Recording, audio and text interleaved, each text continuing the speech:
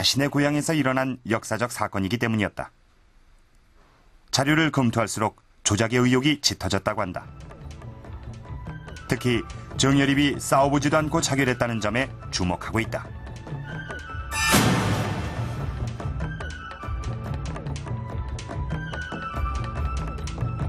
국가적인 힘을 기울여 찾아봤어도 영모를 증언할 만한 한 편의 문서도 발견하지를 못했으며 한 점의 병기도 찾을 수 없었다는 겁니다. 정여립이 모반을 위해서 대동계라고 하는 무사집단을 만들었다고 그랬는데 그 무사집단은 어디 갔으며 뭘 하기 위해서 언제 쓰려고 놓아둔 채 도망을 했는가 하는 겁니다. 그 외구가 쳐들어왔을 때 지방관의 요청에 의해서 실제로 나가서 이제 외구로 물리쳤다 하는 점인데, 이 점은 다시 말하면 당시 대동계가 어떤 숨어있는 비밀 조직이 아니라 지방관이 그 실체를 알고 그 필요할 때 요청할 정도로 이제 공개되어 있었던 그런 조직이었다 하는 점이 중요합니다. 또한 대부분 연루자들의 무고함이 밝혀졌기 때문에 정여립의 영모 실체가 존재하지 않게 되는 모순에 부딪힌다. 작관 원로사학자 김용덕 교수는 또 다른 각도에서 조작설을 제기한 바 있다. 정여립의 도주 행적이 납득하기 어렵다는 것이다.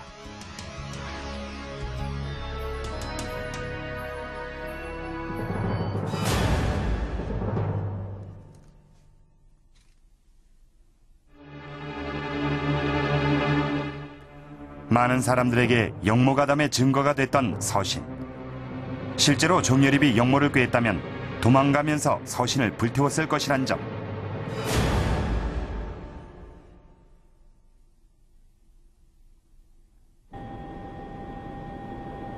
또 정여립이 체포령을 피해 도망간 곳은 그의 연고지로 이미 잘 알려져 있었던 죽도였고,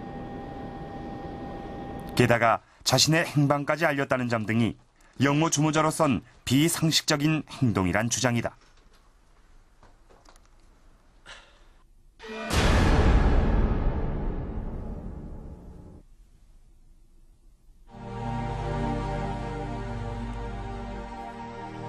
흔히 가사문학의 대가로 알려져 있지만 당장의 한복판에 서 있던 송강 정철. 정권에서 밀려나 있던 그는 정여립의 영모 고변이 있던 날 밤 아들의 초상을 치르고 있었다. 소식을 듣자마자 송강은 입궐을 서두른다. 또한 아무도 정여립의 영모를 믿지 않던 상황에서 벌써 정여립이 도망갔다는 사실까지 알고 있었다. 김장생의 만류에도 불구하고 송강은 입궐에서 선조를 독대했다.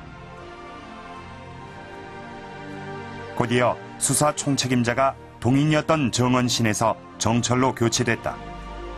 서인의 영수였던 정철은 옥사의 확대에 나섰고, 그 배후엔 당시 제갈공명에 비유되던 송익필이 있었다고 전해진다. 기록에 의하면 그 당시 한간에선 송익필에 의해 사건이 사전에 기획되고 정철에 의해 실행됐다는 설이 나돌았다.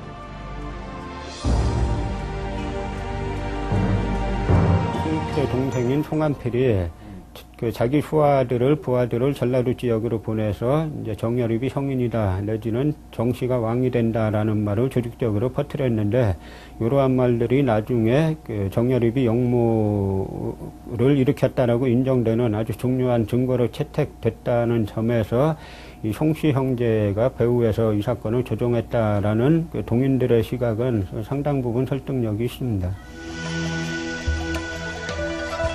당시 전국은 동인의 주도하에 있었다. 하지만 동인의 유력 인사들이 정여립 영모에 연루돼 화를 입고 서인이 정권을 장악했다. 5년 전부터 전국을 동인이 지금 장악하고 있는데, 동인에 속해 있다라고 할 수 있는 그 정여립이나 또 당시에 많은 피해를 입은 그 대부분의 인사들이 동인인데 그 난에 그 사이에 가담할 리가 없죠. 그런 의미에서 이거는 분명히 무혹이고 왜곡 날조된 것이라고 보는 겁니다. 선조는 이 사실을 알면서 방관했다는 의심을 받고 있다. 선조는 중종의 손자이자 덕흥대원군의 셋째 아들로 명종이 후사 없이 죽자 조정에 의해 추대된 임금이다. 따라서 정통성이 약할 수밖에 없었던 선조는 당시 동서붕당 대립구도를 이용할 필요가 있었다는 것이다. 이것은 옥사가 마무리되는 시점에서 선조의 태도가 돌변했다는 사실로도 짐작된다. 훗날 선조는 정철이 제멋대로 무고한 사람들을 연루시켰다며 그를 강제로 유배시킨다.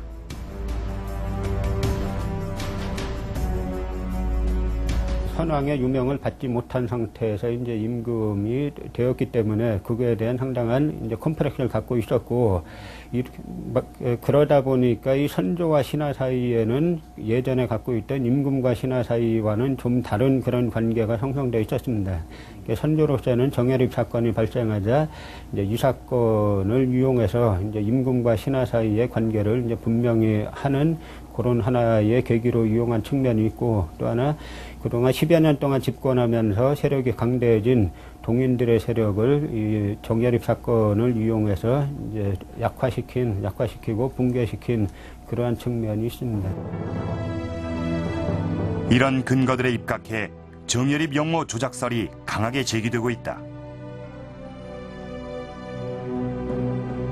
조선조 내내 반역자로 지목돼 족보에서도 지워진 정여립. 그는 정치적 음모에 걸린 희생양은 아니었을까? 보신 것처럼 이 정여립의 영모 사건이 조작됐다는 주장은 상당히 설득력이 있습니다. 하지만 이 영모의 진위 여부를 명백히 가리기는 어렵습니다.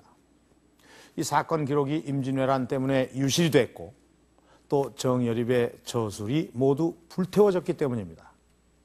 또 이 후대 기록들을 보면 동인 입장에서 쓴 것과 또 서인 입장에서 쓴 것이 완전히 다르기 때문에 어떤 기록을 근거로 하느냐에 따라서 이 영모 여부에 대한 그 판단이 완전히 달라질 수 있다고 볼 수 있는 것입니다.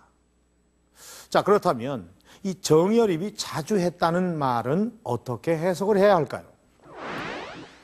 지금 보시는 이것은 정여립이 자주 했다는 말입니다. 여기 보면 천하는 공물이니 어찌 일정한 주인이 있을 수 있겠는가? 또 여임금도 순임금도 그리고 우임금도 이 왕위를 세습하지 않고 서로에게 물려주었으니 그들은 성현이 아닌가? 또 충신은 두 임금을 섬기지 않는다는 이 말은 이 왕촉이 죽음에 임하여 한 말이지 성현들의 통론이 아니다. 또 이런 말도 있습니다. 누구를 섬긴들 임금이 아니고 누구를 부린들 백성이 아니겠나. 왕위 세습을 부정하고 누구나 왕이 될 수 있다는 이 말은 지금으로서는 너무나 당연하게 받아들여지겠지만 당시로서는 지극히 반체제적인 그런 발언이었을 텐데. 자, 우리 신봉영 교수님, 정치사학을 전공하신 분으로서 당시 이런 말을 한 이 정여립의 사상을 어떻게 보고 계십니까?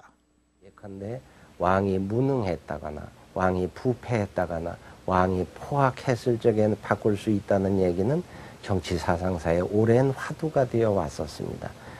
이러한 왕권의 교체가 민중으로 넘어갔던 것은 서구 사상사에서